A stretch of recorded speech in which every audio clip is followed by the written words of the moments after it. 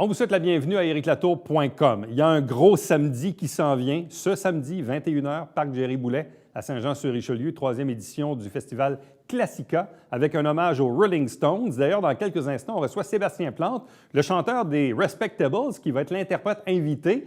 C'est un tripeux des Rolling Stones. On le reçoit dans quelques instants, mais d'abord, on reçoit la directrice des communications à la ville de Saint-Jean-sur-Richelieu, Brigitte Serra.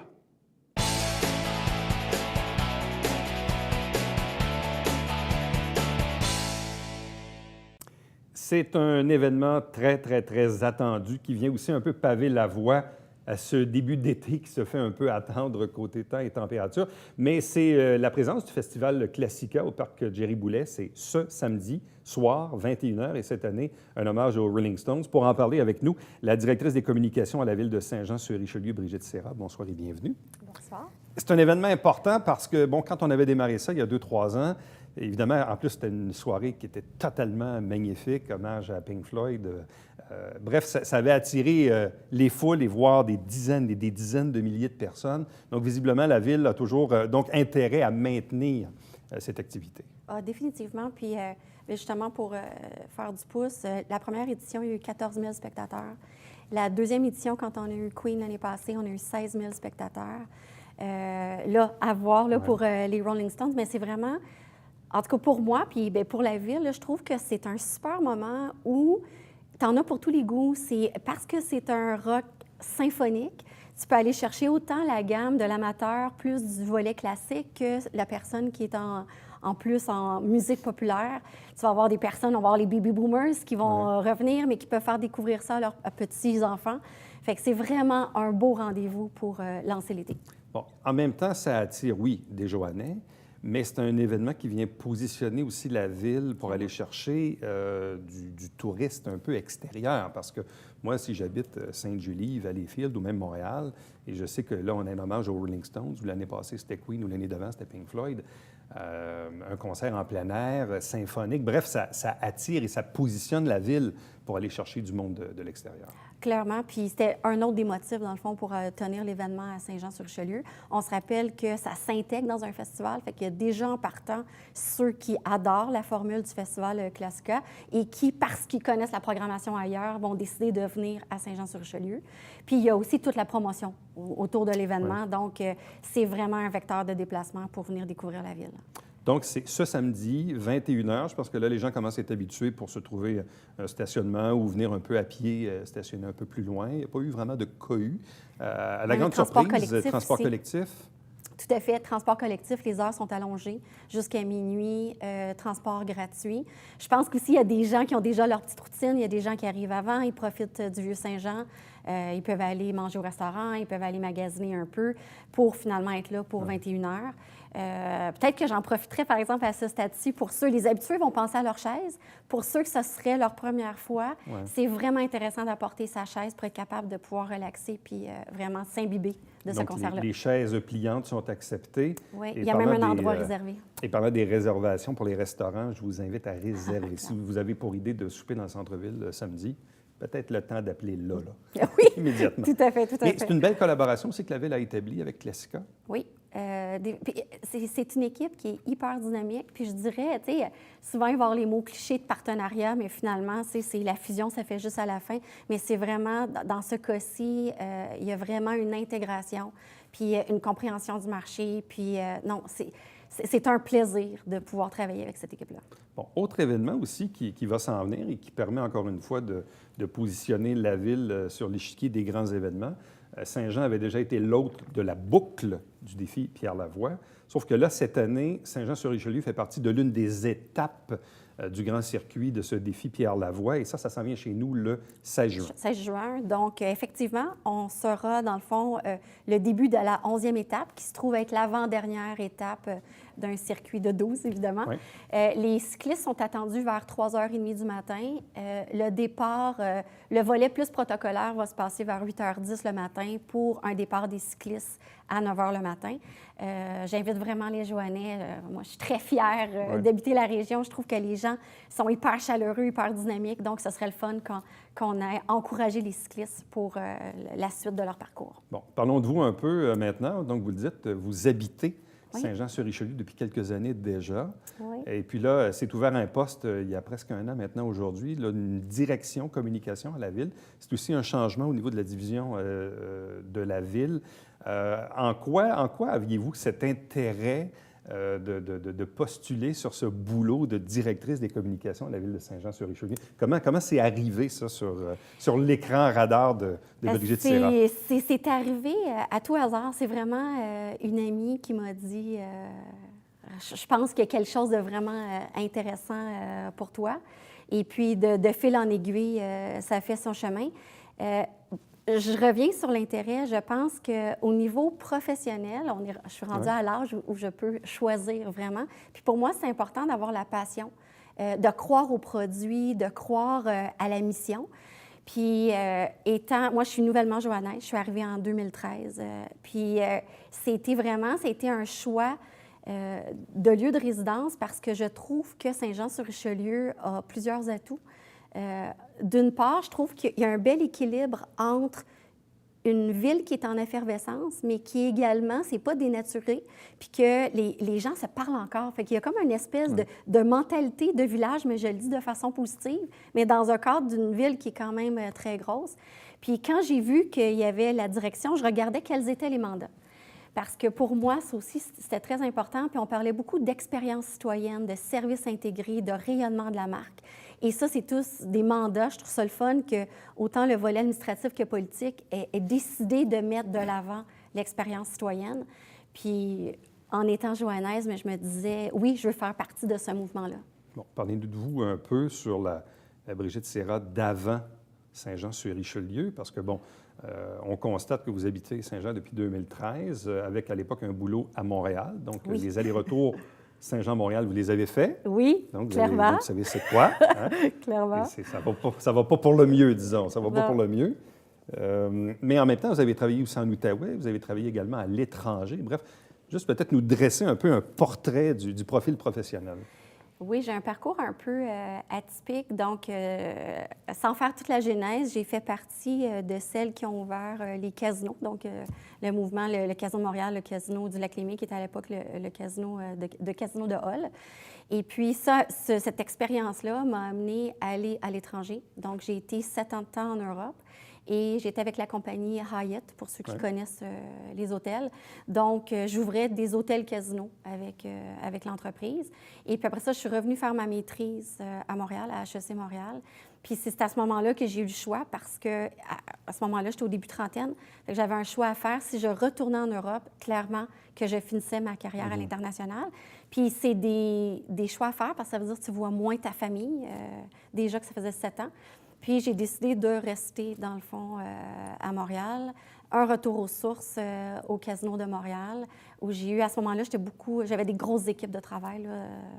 Juste le département des jeux, c'était 1200 employés. Et ensuite de ça, je suis allée en Outaouais, où j'ai été là pratiquement 7 ans. Je m'occupais de la commercialisation, donc j'étais directrice marketing, communication et vente pour la région de l'Outaouais. Et qui prend mari, prend pays, transfert de mon conjoint à Montréal. J'étais pour l'Université de Montréal, pour le Centre sportif de l'Université de Montréal, le CEPSOM, et pour les équipes Carabin. Donc, j'ai touché un peu à tout. J'ai touché autant le volet marketing que le volet communication, les entreprises privées, les entreprises marché boursier et les entreprises parapubliques. Municipales, une première pour moi. Bon. Quels sont les enjeux quand on débarque dans une ville de près de 100 000 habitants? Oui. Qui est près de Montréal, mais qui est près des États-Unis, qui réussit quand même à préserver son identité. Ça reste quand même un sentiment qui est assez fort. Et que, dans le fond, la direction, elle est aussi un peu à créer parce que, bon, autrefois, la Ville avait une chef de division. La Ville a senti le besoin de créer une direction communication à la Ville. Donc, depuis votre arrivée en poste, quelque part, en janvier, au début de l'année. Oui, 14 janvier. Donc, quel est le constat que vous faites ou encore les enjeux qui se dessinent à l'horizon? Je pourrais parler des enjeux qui se dessinent, mais je prendrais un petit recul. Je pense que le premier enjeu, c'est qu'il ne faut pas arriver en cavalier fou puis de tellement vouloir développer qu'on oublie tout le capital qui a été bâti. Fait que pour moi, c'est très, très important quand j'arrive en poste. Il faut que je comprenne les essais. Dans les essais, il y a des succès, dans les essais, il y a des erreurs, puis il faut que tu apprennes de ces erreurs-là. Donc, pour moi, ça, c'était très, très, très important. D'autre part, c'est de s'assurer qu'il y a une cohérence dans la vision, parce que c'est beau de développer, mais à un moment donné, si tu veux faire tout, bien, tu finis par faire rien. Fait que là, j'irais dans les enjeux. Ça va vraiment comment assurer une cohérence, comment assurer un développement qui soit durable, puis de s'assurer que ce qu'on fait, ça soit transversal, que ça ne vive pas juste en communication, que ça soit vraiment le reflet du dynamisme puis de l'écosystème de la ville de Saint-Jean-sur-Richelieu. Les citoyens, aujourd'hui, ont plusieurs moyens de communication. Aujourd'hui aussi, la technologie fait son œuvre. On peut recevoir des alertes par texto. Les parcs-comètes sont maintenant rendus sur un système, là aussi, technologique. On le voit avec les alertes pour les inondations là, tout récemment. Bref, est-ce qu'on doit revoir un peu notre façon de communiquer avec les citoyens, en temps réel même? Bien, communiquer, oui. En fait, il faut revoir l'expérience citoyenne. Parce qu'en ce moment, ce qu'il y a, puis ça pourrait être un enjeu aussi, où on est rendu dans notre évolution, c'est qu'il y a une multitude de services, mais ce n'est pas nécessairement toujours facile d'y accéder, ou parce qu'il y en a beaucoup puis que c'est fragmenté, bien, il y a des fois, les gens ne sont même pas au courant que ces services-là existent. Donc, je pense que, comme n'importe quel, là, ça se vit de façon d'une ville, mais comme pour n'importe quelle entreprise, il faut pouvoir analyser c'est quoi le contact avec la marque. Fait que c'est quoi le contact du citoyen avec la ville, puis c'est quoi son cheminement, puis est-ce qu'il y a des irritants à travers ce cheminement-là? Est-ce que c'est fluide? Est-ce que les processus sont fluides? Est-ce que les services sont fluides?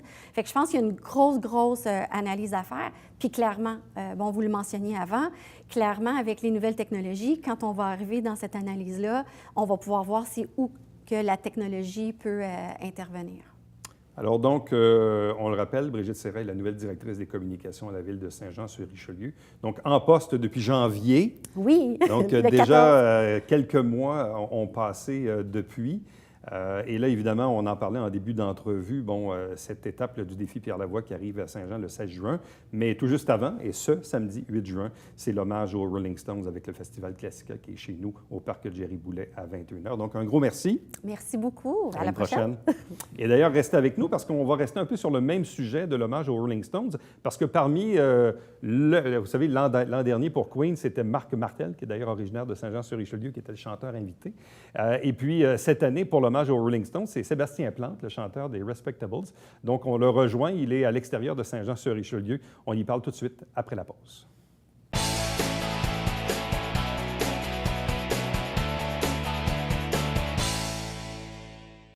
Mesdames et messieurs, bonjour et bienvenue à la Justice entre nous. Mon nom est Serge.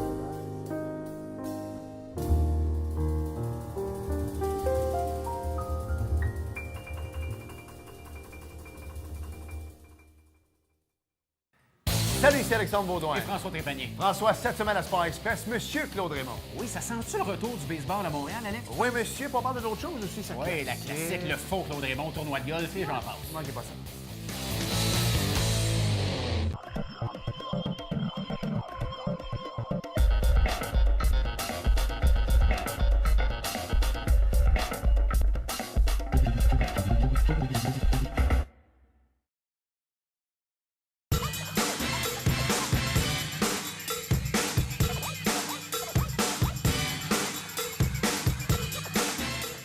Dimanche, 9h30, Télé Bingo, on vous attend.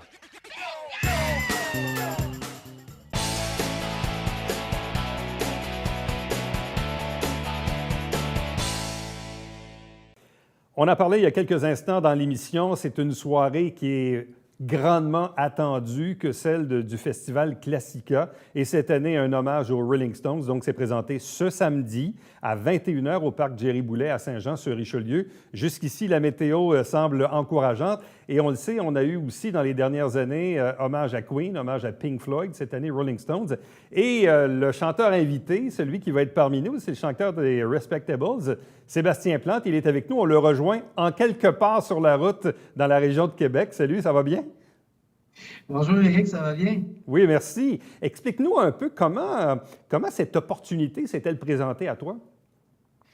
En fait, je pense que ma réputation précède un peu. Tout le monde sait que je suis un grand fan des Rolling Stones. Je suis un peu un fin connaisseur aussi en la chose. Puis, on a eu la chance avec les Respectables, il y a plusieurs années, de faire la première partie des Rolling Stones au Centre Bell en 2003, lors de la tournée du 40e anniversaire. Donc, c'est les gens du festival des concerts Classica qui m'ont contacté pour me demander si ça m'intéresserait. Ça n'a pas été trop long. Ça n'a pas pris beaucoup de tordage de bras non plus pour que je dise oui.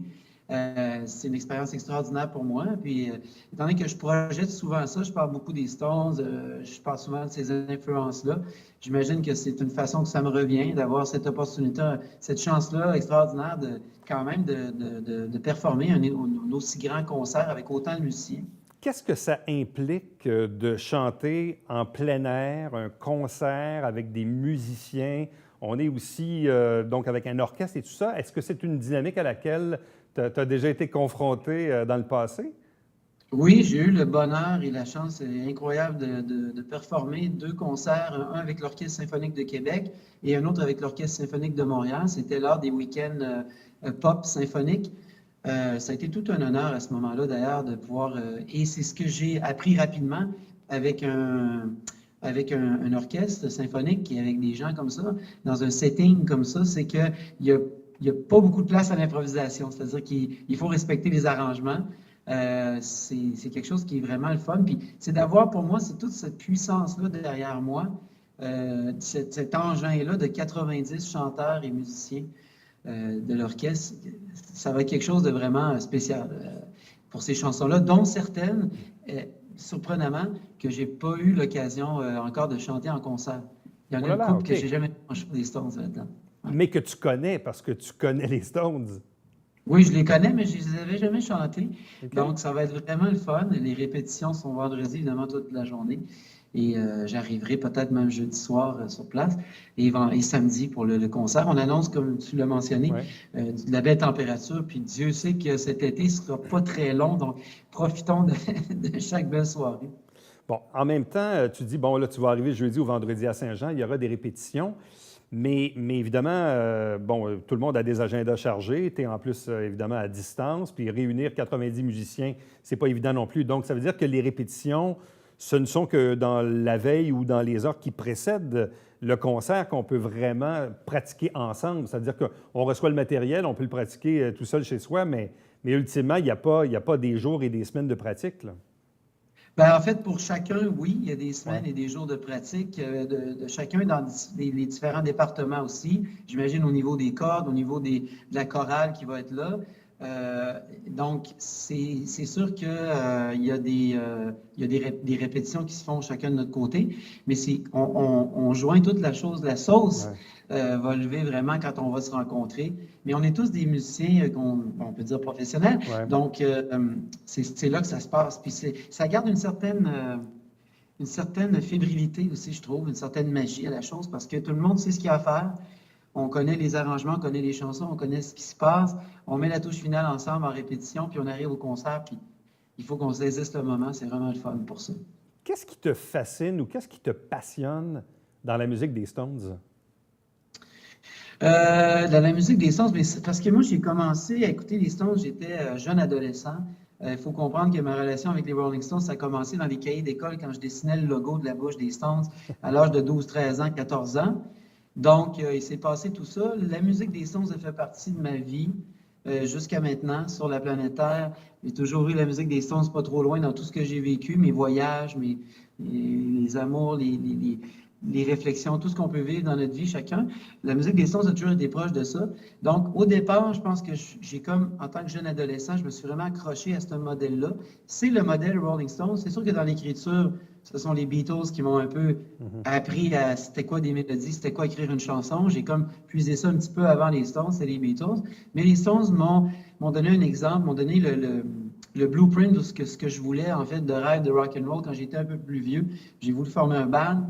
Pour moi, c'était ça un band, c'était ça un spectacle, c'était ça un band, tout ce qu'il y avait autour, un peu le mystique puis le lifestyle. Donc, les Respects ont beaucoup emprunté cette avenue-là à notre échelle, évidemment. Et donc, on a vécu un peu beaucoup là-dessus. Ça s'est basé, puis ça s'est révélé incroyablement être un bon cheval de course parce que quand j'avais 14-15 ans et que j'ai vu les Stones à la télé en reprise au début, milieu des années 80, Je pense pas qu'il y a beaucoup de gens qui auraient prédit qu'en 2019, quelques 45, je sais pas combien, 35 ans plus tard, que les Stones allaient être encore là Oui. et allaient être encore à la fine pointe de ce qui se fait en musique, en spectacle, en show business, et puis qu'elle allait être au sommet de leur art en quelque sorte, d'une manière, et qui allait encore faire des tournées mondiales. Donc c'est vraiment extraordinaire. Pour moi, c'est extrêmement inspirant de voir ça. Il y a le côté, c'est le yin-yang, tu as le côté Jagger, c'est la forme physique, la concentration, la business, puis tu as Keith qui est le côté plus la magie de la patente, le rock and roll, la musique aussi, la profondeur de la musique. Tu as eu l'occasion de les rencontrer à quelques occasions? À une seule occasion. Ben, en seule, fait, non, ouais. c'est pas vrai. Deux occasions. En fait, on a rencontré les Stones, évidemment, au Centre Bell, dans les corridors. Quand on a fait leur première partie, ils ont vraiment quand même pris le temps de venir nous rencontrer. On ne savait pas que ça arriverait. C'était pas prévu. Mais on était dans notre lodge, on était rendu sur je ne sais pas quelle planète. Notre show était fait. On était prêt à aller triper au show des Stones. Puis on a un petit toc, toc, toc on the door juste avant le show des Stones pour nous dire, notre attaché de presse britannique, il dit "Well, come out, you guys. Come out and meet you." Puis on dirait quoi? OK, on va y aller, tu sais. Fait que finalement, ils ont pris le temps de nous rencontrer avant de monter sur scène, ce qui est assez, qui est quand même très, très gentleman. Puis on a eu droit au show de Keith qui donne un coup de pied dans la porte de la loge, qui sort en premier, cigarette presque à la gueule. "Oh, here they are, respectable. These guys are friendly." Tu sais, on a eu droit à vraiment notre show privé. On en est encore à ce jour très reconnaissant. Ça a été vraiment une rencontre du troisième type, si on peut le résumer comme ça. Et puis, j'avais eu l'occasion aussi, qu'il y a plusieurs années auparavant, de rencontrer et de chanter pour Mick Jagger dans un petit bar de la Grande Allée à Québec, c'est-à-dire le Charlotte, qui était au-dessus du Maurice Night Club. Et dans ce temps-là, j'ai performé régulièrement avec des musiciens de Québec, des amis à moi, Charlie Price et d'autres. Et effectivement, j'avais un petit peu arrangé ça à l'époque pour que le chauffeur de la limousine de Mick l'amène finalement à ce club-là.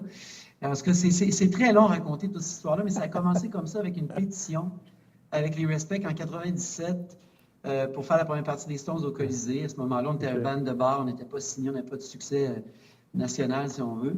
Et ça s'est terminé, ça s'est conclu en partie au Centre Bell en 2003, plusieurs années plus tard, alors que là, on était rendu sur la sellette avec nos trophées à la disque, etc., et nos albums en français. Donc, oui, c'est le fun. Puis c'est le fun de voir ça. T'sais, on va encore les croiser à Toronto. Le choriste des Stones, qui est un ami maintenant, Bernard Fowler, qui est avec eux depuis 30 ans, a réalisé le nouvel album en anglais des Respect, qu'on lance à Toronto le 27 juin prochain. Donc, les Stones sont à Toronto le 29. Bon, ils vont être en ville, ils arrivent de Chicago. On va peut-être, en tout cas, Bernard va être là avec nous, évidemment, pour présenter l'album à Toronto au lancement. Mais bon, c'est encore permis de croire que toutes sortes d'affaires un peu farfelues vont encore arriver.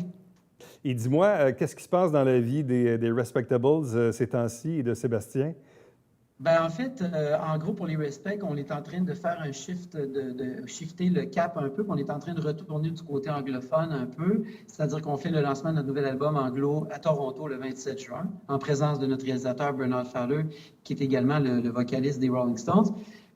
Ensuite de ça, ben, cet été, on fait le tour des festivals, dans quelques festivals du Québec, aux quatre coins du Québec. Moi, de mon côté, j'ai un nouveau projet blues aussi en formule one-man band, c'est-à-dire un peu homme-orchestre, si on veut. J'étais en Louisiane le mois dernier au Festival international de Louisiane à Lafayette. J'ai présenté ce spectacle-là, c'était vraiment extraordinaire.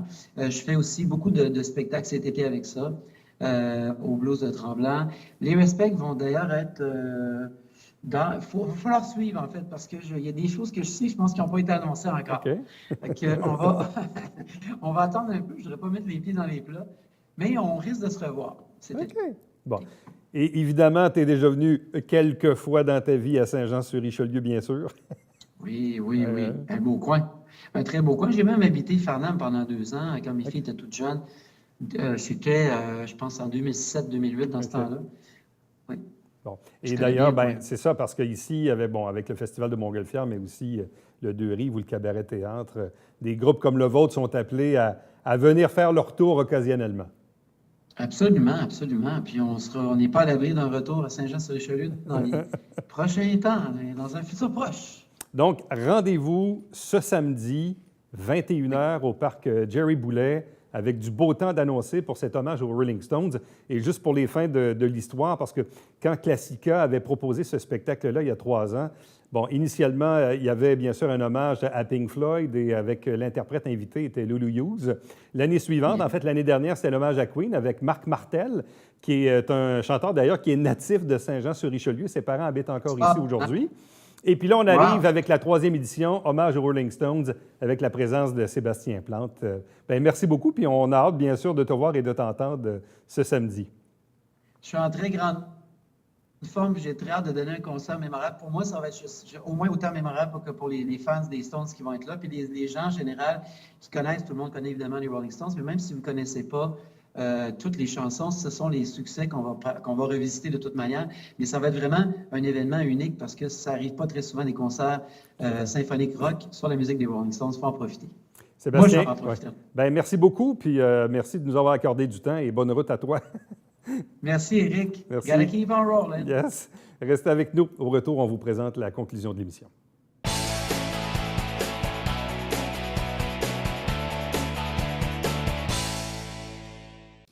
Pour le personnel et encore les usagers de l'hôpital du Haut-Richelieu, il est important de savoir que depuis le 31 mai, la loi a changé, le règlement a changé. Pour fumer, vous devez fumer à l'extérieur du terrain de l'hôpital. Donc, vous pouvez fumer le long des trottoirs de la ville, mais pas sur le terrain de l'hôpital, et c'est nouveau depuis le 31 mai. Chaque semaine, on vous présente des extraits des travaux du conseil de ville de Saint-Jean-sur-Richelieu. L'émission est sur le web aussi. Et chaque dimanche matin, 9h30 en direct, c'est le Télébingo avec 4 000 $ en prix. À demain. Bye-bye.